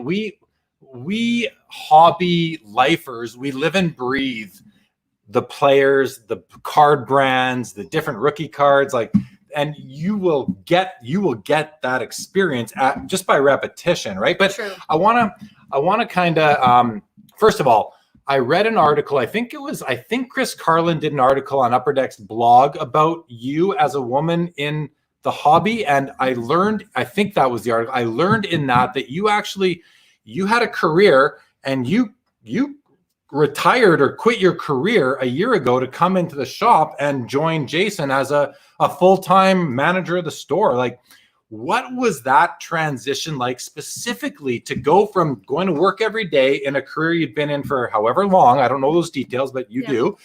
From that to now I'm going into a sports card shop every day for my work. What was that like psychologically for you to make that transition? And I mean, I guess part of it was now you're going and you're working with your boyfriend, your husband. I don't even know what you guys are at that. Boyfriend. He's not that lucky to marry me yet. But you went from going to work every day in your job with your colleagues, your coworkers, to come into work with your boyfriend in the business. Speak to that transition, if you will. For sure. So in some ways, it was kind of a split decision. Like it was just kind of one of those things that happened.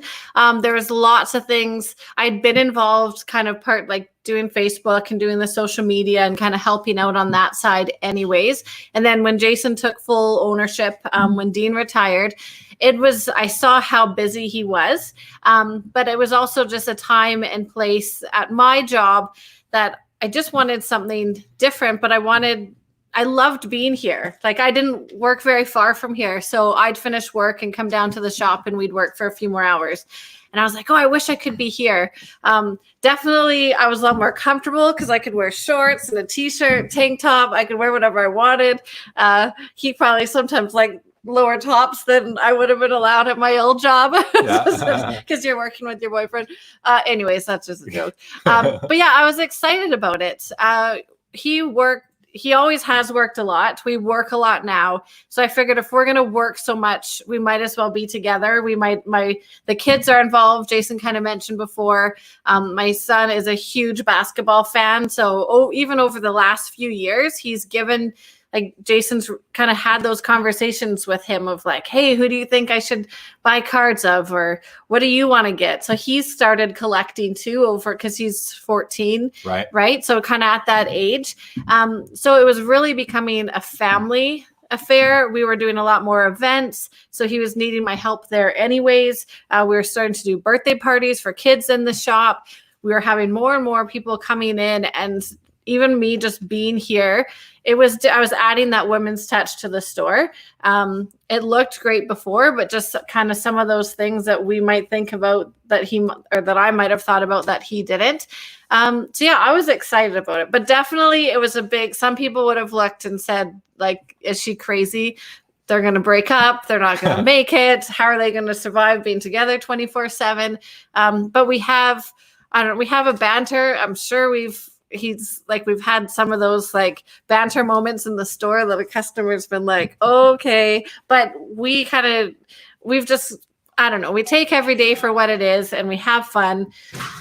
We want to make it fun for people coming in the shop, for families coming in the shop, and we enjoy it. So if you're going to work too, right? Yeah, and online. So it almost is like we have a second card shop in our home because we do all our filming from there. Right. So, but that was even part of it too. It's a unique experience. So there are lots of like auctions online. So I think where ours is a little bit more unique is it's all of us. I'm bantering on the couch. So I'm kind of doing all the behind the scenes stuff.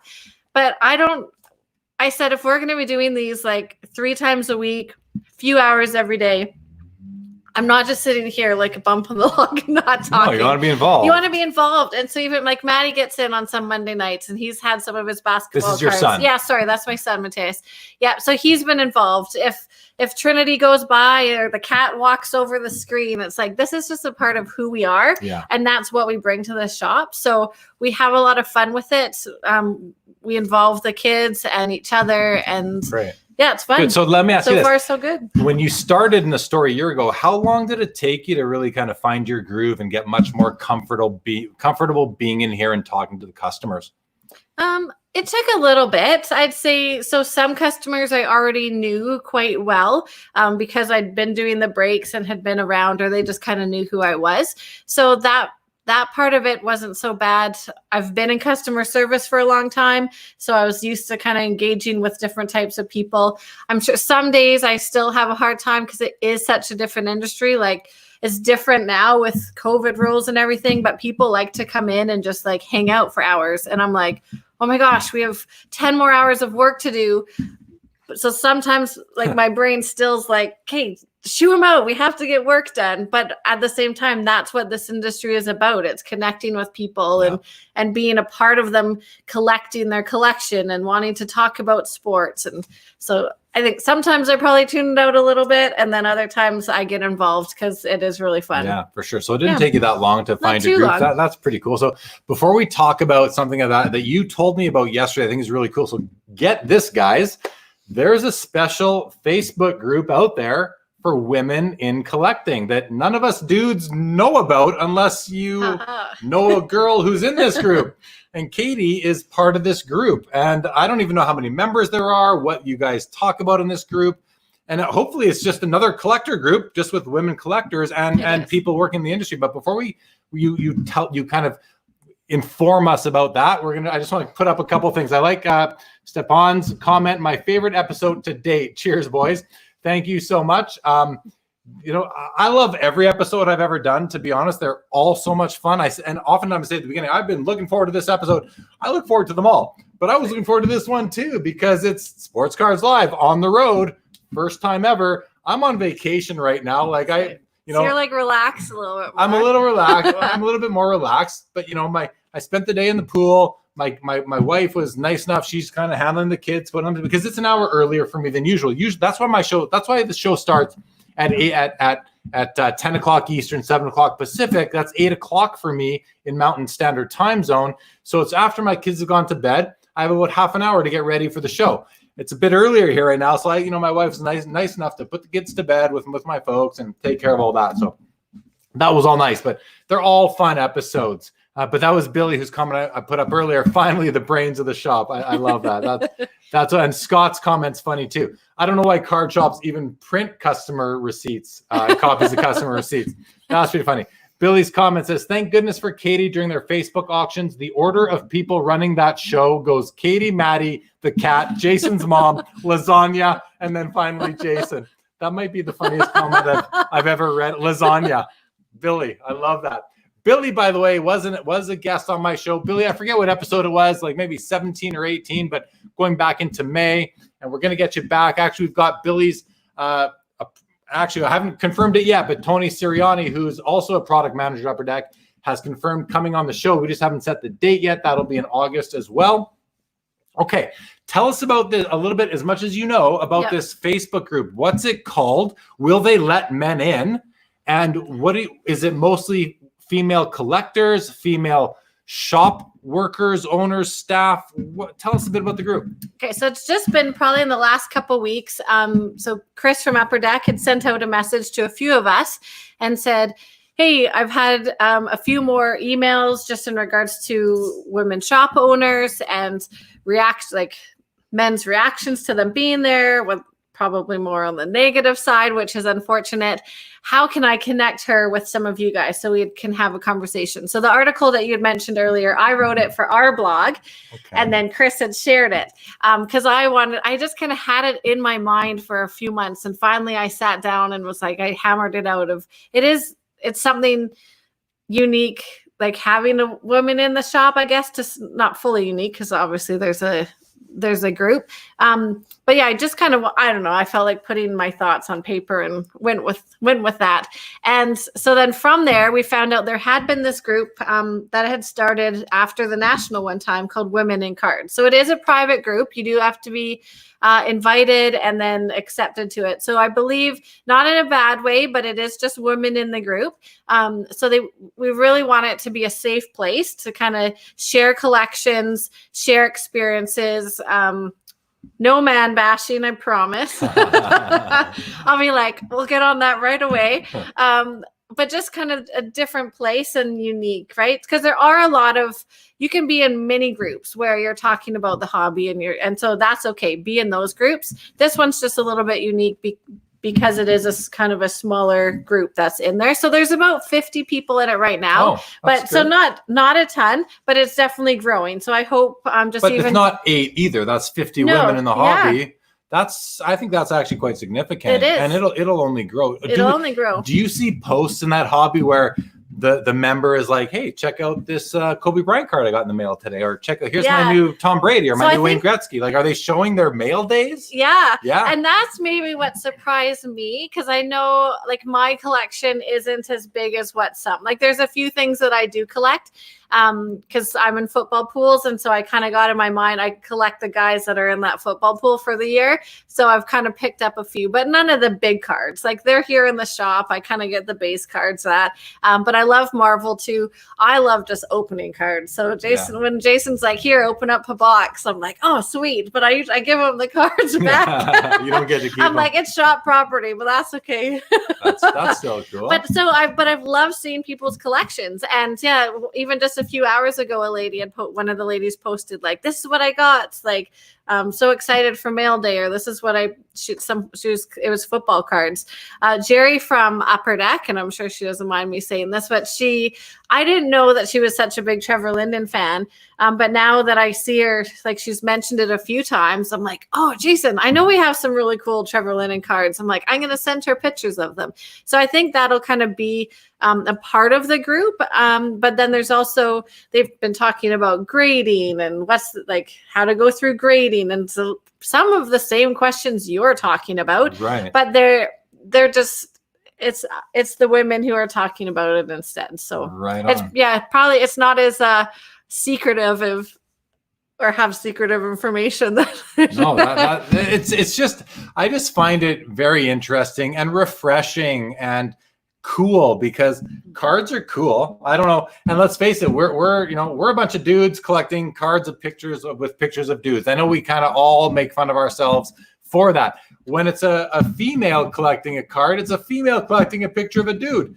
I don't know if it's, I don't know. And I know it doesn't even come down to that. It's almost got nothing. It's about collecting. It's about, is it not? Or are these guys hot? Well, I don't know. Some of them are hot. There's totally, that's me. Like, that's just a personal thing. I'm like, oh, sweet. That guy's totally hot. But most of hockey cards, they're always wearing their helmets, right? So you can't see their faces as much. But well, I want to mention, fun. I noticed big improvements in Players' Choice sports cards overall when you got involved, and that I'm not saying anything bad about Jason or his prior partner Dean, nothing at all. I just saw it elevated, and really even at the card shows. I mean, you've been at the card shows for a couple of years now, not just since you started working full time here, but you've been at the card shows, and I'd be walking around the show, walk by the Players' Choice booth at the expo, and Jason's not there. And I'm like, oh, well, I didn't know you that well back last time I saw you probably at that show. I still don't know you all that well, let's be honest. But it's like, oh, I know you know what you're doing. And if not, you're going to say, oh, well, Jason will be back soon. At least there's that, right? But, as the shows go by, you'll get more and more comfortable, and as will the customers, I got to think, if they're not already. But I kind of went off on my own tangent. I just want to commend you because I know you've done an incredible job with the social media piece, and the award that you guys won, I think has a lot to do with you. And again, taking nothing away from Jason, because someone's got to do what he does. But I mean, I just team effort. Team effort, but I think you really helped elevate it, and I've been impressed by that for quite some time. So I've mentioned it to other people over the past few months. This isn't just me, patronizing you right now. I really think you've done a great job. And and that's where, I've had some really good experiences as a woman in the industry. I love going to the Toronto show, and when we go to the Upper Deck conference, and when we've gone to Vegas. So I love those because I've loved meeting a lot of guys in the hobby, and I've had a lot of fun. In some ways, it's fun being the only girl in a group of 10 guys, right? Of course, well, they're all going to buy you a drink, and then Jason probably likes that. Yeah. But at this, everyone's been really welcoming, and they haven't made me feel like I didn't know what I was doing. So that's been really good. I think sometimes it is just a comfort thing. Like you said, I think the first time we met at the shop, you asked for the card, and I didn't know that you had paid Jason. I was like, oh, you can wait. Right. Cause that's just me and my comfort level. And I'm going to make sure. But once I knew you, and then probably the next time I was like, oh yeah, I know I am more comfortable with you, and you're going to be more comfortable with me. And I was like, oh yeah, here's the card. I'm sure you guys figured it out. Right. So some people coming in the shop, part of it's that comfort level. So I don't think it's always the whole man versus woman thing. Sometimes that gets a bit blown into proportion, but I do feel that it's important for men and women to be respectful of each other, regardless of that. Regardless if it's in the hobby or outside. Of course. But even in a shop, don't look down on me because I have to ask Jason a question. Just enjoy what you're doing. Be glad you're there. I mean, you're there helping out. I want to ask you this. I got so many questions in my mind. I don't want to forget them. My first question is, do you have a favorite card? And do I have a favorite card? Well, I have a favorite piece. Okay, no, that's cool. But it's here and not at my house yet. Okay, put that on the back burner. Favorite card. Put that on the back burner. Okay. Think about it. Let me ask you this. What's the biggest card you've sold without Jason being involved in the sale? Ooh, biggest card. Like someone came into the store, bought something But- out of the showcase. Like, do you recall? I know I'm catching you off guard here. No, you are. And I don't know if I'd remember a specific one. Like I've sold like a few thousand worth, right? Like Yeah. probably one of those. We'd before all this, we had a showcase with some of our higher end cards. So probably in the like $2,000 range, there would have been something in there. Bigger cards, like it's not always as easy as someone comes in and is like, oh, I'm going to sell, or do you have something for $10,000 that I want to What, buy? that doesn't happen every day? It doesn't, but it takes a lot of work to get to those deals, right? For So sure. Jason, like he's been in this industry for a long time and knows a lot of people. So even when people come in and just always want him to buy stuff, like there's a value to him buying that because he then has this network sure. that person doesn't have. Of course. I probably have sold a lot like with wax. Yeah. Like some That's new easy. stuff. That's easy. like, yeah. I'm just wondering, like, I guess what I was looking to hear was, like, was there a sale that someone came in and said, and like was browsing your showcases and decided to take the card and you kind of, close the deal type of thing? Put it on the back burner. I want to ask you another question. Okay. To any female viewers we have right now, I don't know if there's any, but if we have any female viewers out there, any kind of tips or advice that you would give anyone who's either coming into the hobby in terms of working in a store or just collecting? And then someone is asking the question, someone wants to know, what does Katie collect? So answer both questions. Any tips for women coming in the hobby or already there that you can share? And then what do you collect? I think the biggest thing is just to take the leap. Like, don't be afraid to get into collecting. Don't feel like you don't know what you're talking about. Don't go in with the expectation that the male shop owner is going to try to pull one over, right? Just because you're a female. You really have to just go in. You know what you love. You know what you're collecting, and grab it. Like, have fun. Enjoy the hobby. Don't feel intimidated by the men because they're probably more intimidated by you. Like, have you met card shop guys? It's like when you're going in for a break night. Like, they're not wearing their fancy shoes and their high class suit, right? Like, these are like, it's like your brother or your dad or your husband. Like, these are just guys that are having fun with it. So that's probably would be my biggest thing that I would give advice of just go for it and collect. And don't worry about what the guys think. No, and don't worry about what they think. Like, really, when I see they're probably happier there. Well, when I see a female collector, and there are several, setting up the card shows, they come by the booth, they look, and it's I always love when they are there to collect. And one of my favorite lines at a card show is when a family or a couple comes to my booth. Yeah. I always look at the guy and I say, she dragged you back to the card show, didn't she? And I get a good, there's a little bit of an icebreaker, right? I get a good laugh out of it. So it's pretty fun. All right, let's check out a couple comments here very quickly.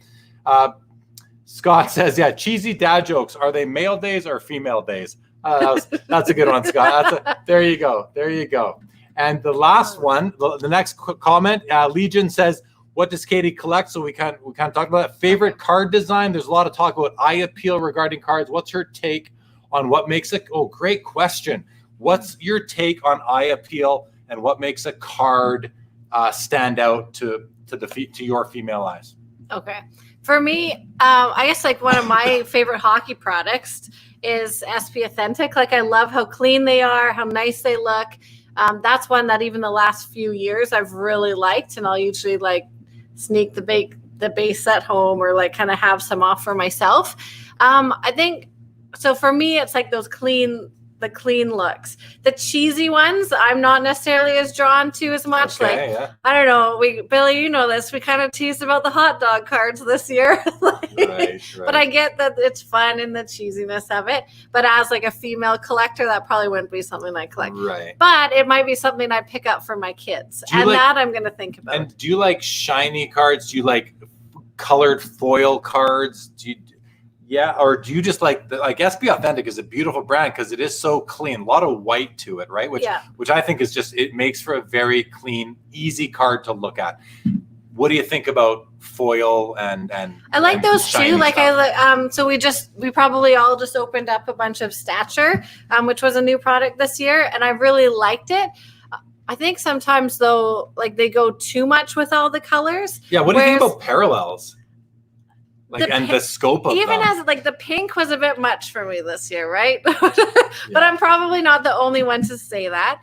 I love the look of like, I don't know, when the team colors match. Like I don't know if that's a matching thing, but when they actually like it, the whole picture and the layout of it actually matches what the team colors are, is a little bit more like that would be more appealing to me. That might be more appealing to the female contingent of the hobby.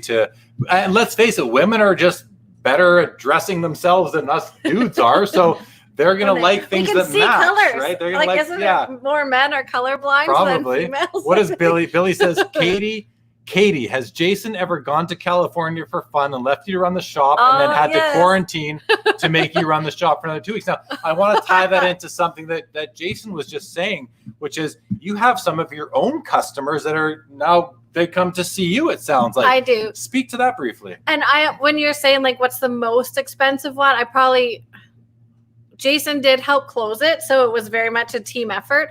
But there had been a customer in the store that I took on. I'm like, no, this is a great customer. I think he really wants to invest in cards. And Jason had been busy with other people, right?